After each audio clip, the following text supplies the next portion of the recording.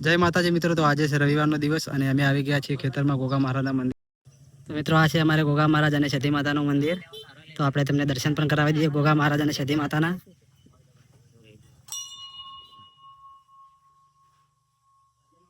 તો મિત્રો આપણે જોઈએ કે મહારાજના મંદિરના આગળ લીમડો વધી ગયો છે, જે ફોરો કરવાનો છે, જેના કારણે મંદિર દેખાતું નથી. આપણે તમને બતાવી દઈએ. લીમડો વધવાના કારણે મહારાજનું મંદિર ઢંકાઈ ગયું છે. જે લીમડો હવે અમે થોડો ફોરો કરવાના છીએ. મહારાજનું મંદિર એકદમ રસ્તા ઉપરથી ક્લિયર દેખાય એ રીતનું કરવાનું છે. તો અમારા ભાઈઓ બધા આવી ગયા છે અને ઉપર ચડી ગયા છે. તમે જોઈ શકો છો કે જે લીમડો કાપે છે. ડાળું તો કપાઈ ગયું છે, હજુ બીજો ડાળું કાપવાનું બાકી છે. તો ગાઈસ બધા માટે ચા મૂકવાનો છે. તો મને વાસણ ધોવા બેહાડ્યો છે. હવે આવજો. અમારી તમામ માટે ચા મૂકવાનો છે. કારણ ગયો છે ઘરે ચા કોટને લેવા માટે દૂધને. ત્યાં સુધી વાસણ મસ્ત ધોઈ અને રાખવાનો છે. તપેલી ધોવાની ખાલી બાકી રહી છે આપણે. તો ફાઇનલી ગાઈસ હું આવી ગયો છું પાણી ભરવા માટે. આપણે પાણી થઈ રહ્યું હતું તો આપણે પાણી ભરવા આવી ગયા છીએ રમેશ કાકાના ઓરે પાણી ભરવા માટે. તો પાણી ભરવાનું કામ ચાલુ થઈ ગયું છે. અને આ છે અમારા રમેશ કાકાનું જે એમને સમાધિ આપી હતી તે જગ્યા. તમે જોઈ શકો છો કે એમનું નાનું કૂટર પણ છે અને બાઇક પણ છે, જે એમના છોકરાઓને એમને અહીંયા મૂકેલું છે. તો બીજું એક ડાળું પણ કપાઈ ગયું છે. અમારા ભુવાજી જે લેબડો ડાળું કાપી છે સાઈડમાં કરી રહ્યા છે.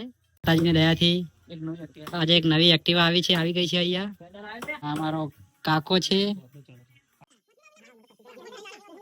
ભાઈ ઘરે જાય છે ચા ખોડ અને દૂધ લેવા માટે. અમારા કાકાને ચા પીવાની ઈચ્છા થઈ છે. અમારો ભાઈ બીજું ડાળું કાપવાનું કામ ચાલુ કરી દીધું અને જો ઘણા ડાળા બાકી છે કાપવાના. તો ગાઈસ આપણે અડધો લીમડો કપાઈ ગયો છે અને હજુ અડધો લીમડો કાપવાનો છે. એના પછી મંદિર આપણું ક્લિયર દેખાશે.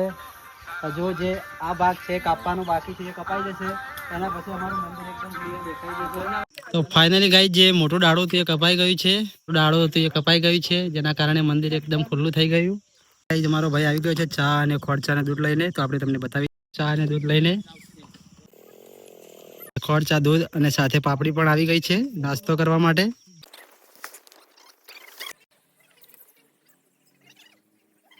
ડાળા કપાવાથી મંદિર ઘણું બધું ખુલ્લું દેખાવા થઈ ગયું છે. તો આપણે અડધો લીમડો તો ફલાઈ ગયો અને અહીંયા ચા મૂકવાનું કામ ચાલુ થઈ ગયું છે. અમારો કાકો ચા મૂકે છે, ચૂલો બનાવી દીધો છે, તપેલું પણ મૂકી દીધું. તો ફાઇનલી ગાઈસ લીમડો આખો કપાઈ ગયો છે અને એકદમ મંદિર ખુલ્લું થઈ ગયું છે. જે પહેલાં લીમડાના કારણે મંદિર દેખાવાનું બંધ થઈ ગયું હતું. લીમડો ફલી દીધો અને હવે મંદિર એકદમ ક્લીન દેખાઈ રહ્યું છે.